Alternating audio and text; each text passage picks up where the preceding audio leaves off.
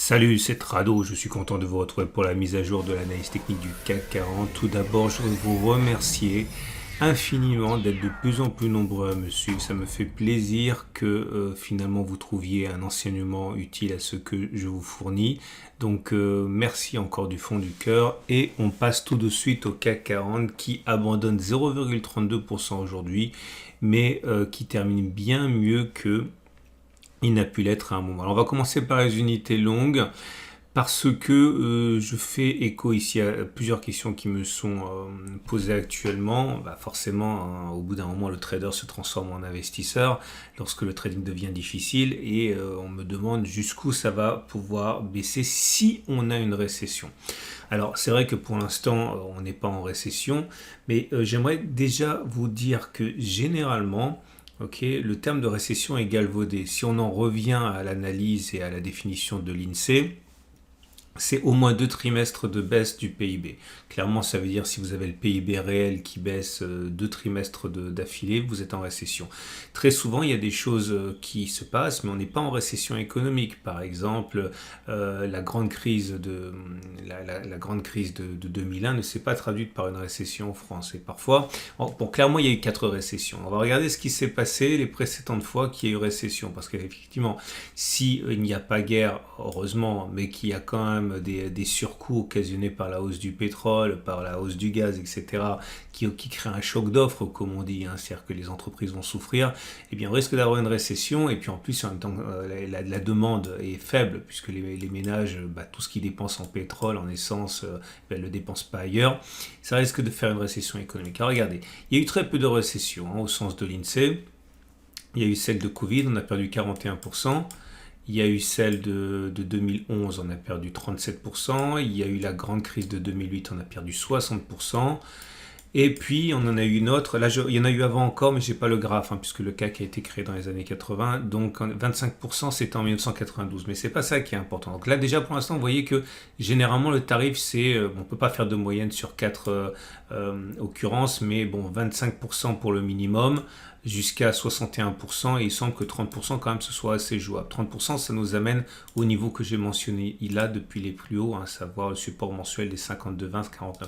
Okay, mais surtout, ce qui est intéressant, je pense pour vous de noter, c'est que les bourses sont en avance sur les crashs. C'est-à-dire que lorsque vous regardez les dates officielles de récession, en fait, les cours ont atteint un plus bas avant que l'économie rentre en récession. Ça a été le cas notamment pour le Covid, ça a été le cas pour la crise de 2012, hein, puisque les plus bas ont été faits en 2011 et la récession a commencé en 2012-2013. Ça a été le cas également pour la crise des dettes souveraines, etc. Donc ce que je suis en train de vous dire, c'est que très vite, généralement, en l'espace de 3-4 mois, on fait les plus bas. Regardez, ça a été le cas ici. Et lorsque la récession devient officielle, on a déjà fait les plus bas sur les marchés.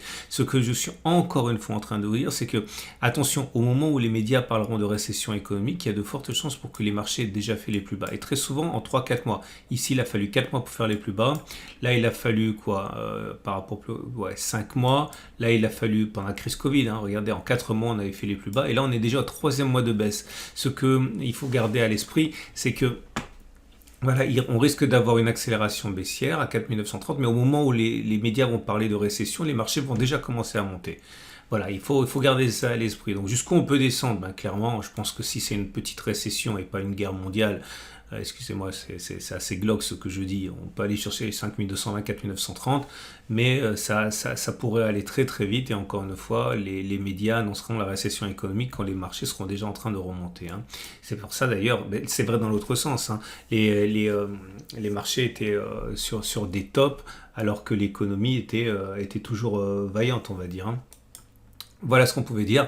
Ce qui nous amène donc aux données journalières. Ah oui, je voulais également dire, vous allez être surpris si vous découvrez mon format, puisqu'on est en dessous du support mensuel, en dessous du support trimestriel, mais c'est toujours des supports, c'est parce que je l'ai déjà dit, bon les habitués vous le savez, c'est que c'est à la fin du mois ou à la fin du trimestre que l'on juge de la cassure de quelque chose. Et comme là on est toujours au début du mois de mars et au début, on est quasiment à la fin du trimestre, mais en tout cas on n'est pas à la fin du mois, et donc les supports n'ont pas le droit d'être mutés en résistance par la règle du changement de polarité.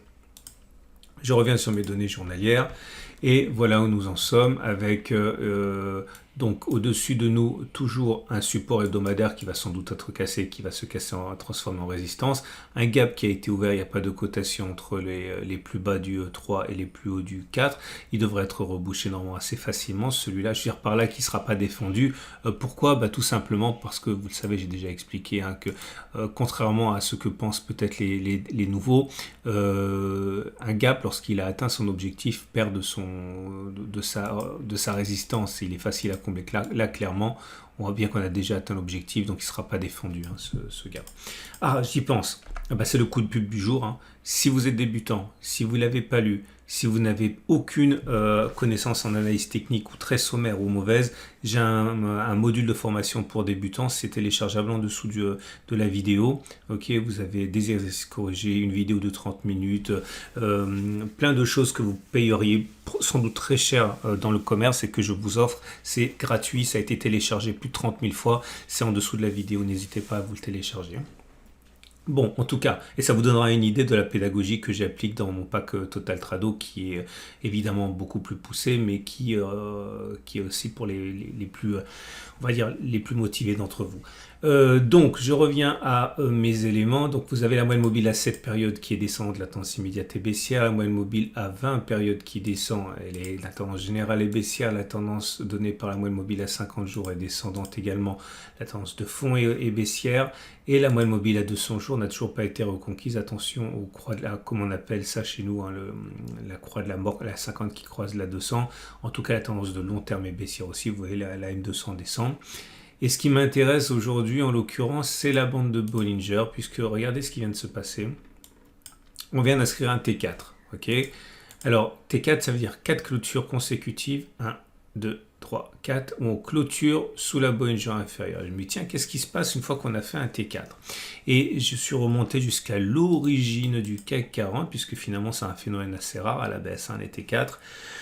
Et j'ai réussi à trouver 25 occurrences où on avait fait un T4. Ok, donc que se passe-t-il? Est-ce que suite à un T4, c'est un T5, c'est-à-dire une cinquième clôture en dessous de la Bollinger inférieure, ou est-ce que c'est une réintégration des bandes de Bollinger? Donc on va voir ça. C'est assez rare encore une fois. Et non, ça c'est, il faut que je l'enlève, ça m'embête depuis des semaines. Donc voilà, première occurrence. Attendez, je vais enlever ce dont j'ai pas besoin, sinon on voit plus rien.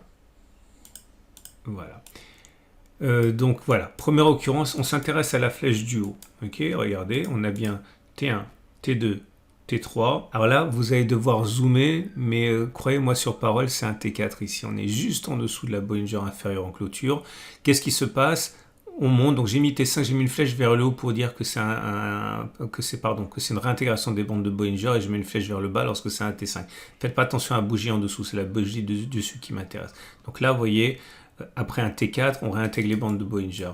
Là, pareil, après un T4, T1, T2, T3, là aussi, faites-moi confiance, on est en dessous. T4, et là, par contre, là aussi, troisième fois, faites-moi confiance, c'est in extremis, mais on clôture au-dessus de la Bollinger inférieure. Donc là, c'est une flèche vers le haut pour dire que c'est réintégration. Là, on a fait un T5, je vous montre simplement une dernière fois. Ok, T1, T2, T3, T4 et T5, donc c'est une flèche vers le bas. Ok, pas de réintégration, autrement dit. Et on va faire défiler maintenant, parce que ça va être trop long. Vous voyez comme c'est rare, il faut se passer des années. Donc là, réintégration, réintégration, réintégration. T5, réintégration, réintégration, T5, T5, T5, T5, T5, réintégration, réintégration, T5, réintégration, réintégration, réintégration, T5, T5, T5, T5, T5, et ça y est, on a l'origine du CAC 40 avec un résultat que j'ai trouvé assez décevant parce que moi j'étais sûr d'aller trouver quelque chose d'assez significatif et il n'en est rien puisque sur 25 occurrences, j'ai 13 T5 et 11 réintégrations. Bref, 54% de chances de faire un T5, 46% de chances de faire une réintégration, c'est franchement pas un avantage statistique par rapport à l'aléatoire. Du coup, j'ai été très vexé et j'ai essayé de trouver autre chose quand même. Et il faut que je fasse un jour un topic sur la créativité en analyse technique. Et j'ai regardé ce qui se passait par contre, et c'est le sens de la deuxième flèche, lorsque l'on avait fait un T4. Si je mets une flèche vers le bas, c'est qu'il va y avoir des plus bas par rapport au plus bas du T4. Si je mets une flèche vers le haut, ça veut dire qu'on a fait les plus bas. Ok. Donc là, il y a une flèche vers le bas parce que comme vous pouvez le voir, ok, on a fait un T4 et on a même fait derrière un T5. Donc évidemment, c'est un nouveau plus bas. Là, encore un plus bas. Là, plus bas, là, plus bas, là, plus bas. Ah, ça, c'est intéressant, vous voyez. Là, je le reprends spécifiquement parce qu'il y avait eu réintégration. Et là, ce que je vais vous montrer, c'est qu'il y a eu réintégration, mais c'était un simple rebond technique avant une inscription de plus bas. Ok. Donc, je fais défiler. Donc là, par contre, c'était effectivement le plus bas qui a été atteint une fois qu'on a réintégré suite au T4. Là, on a fait un plus bas.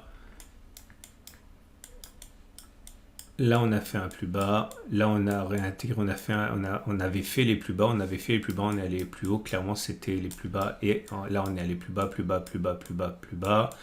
Plus bas, plus bas, malgré la réintégration. Plus bas, plus bas, plus bas, plus bas. Bon, j'invite à regarder la vidéo au ralenti après si ça vous intéresse, sinon ça va être trop long.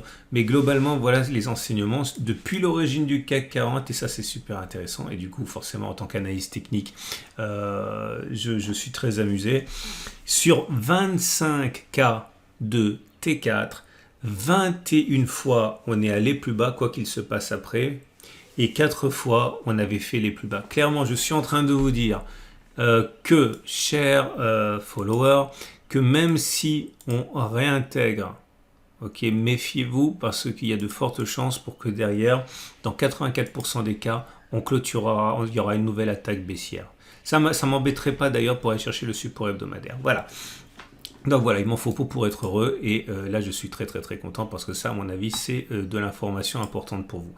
Voilà ce qu'on pouvait dire. Ishimoku, rien à dire, c'est baissier et c'est baissier parce qu'on est en dessous du nuage, on est en dessous de la Tenkan, on est en dessous de la Kijun, bref, c'est baissier. Voilà. Ok, ça fait 12 minutes, c'est bon, je vous ai assez pris de votre temps. Je vous rappelle que vous pouvez télécharger mon module de formation gratuit qui s'appelle Des premiers pas au premier trade. Ça vous aidera beaucoup si vous débutez, ça vous évitera surtout de faire des bêtises. Et je vous souhaite une excellente journée. N'oubliez pas de regarder l'analyse technique de l'or qui arrive. J'en ai beaucoup parlé. On est sur des records historiques, pour ne pas dire hystériques. Et bon, c'est pas près de s'arrêter, mais là aussi, il ne faut pas faire de bêtises. Regardez la vidéo qui arrive sur l'or. À demain pour la mise à jour. Ah oui, et n'oubliez pas sur mon site, la matrice de trading intraday pour les plus expérimentés. Et n'oubliez pas de télécharger, vous êtes 30 000 à déjà avoir téléchargé mon module d'initiation gratuit. Pourquoi allez-vous payer 50, 100 balles sur des trucs qui ne valent pas grand chose alors que vous pouvez avoir ce truc gratuit. Allez, à tout de suite pour l'analyse de l'or.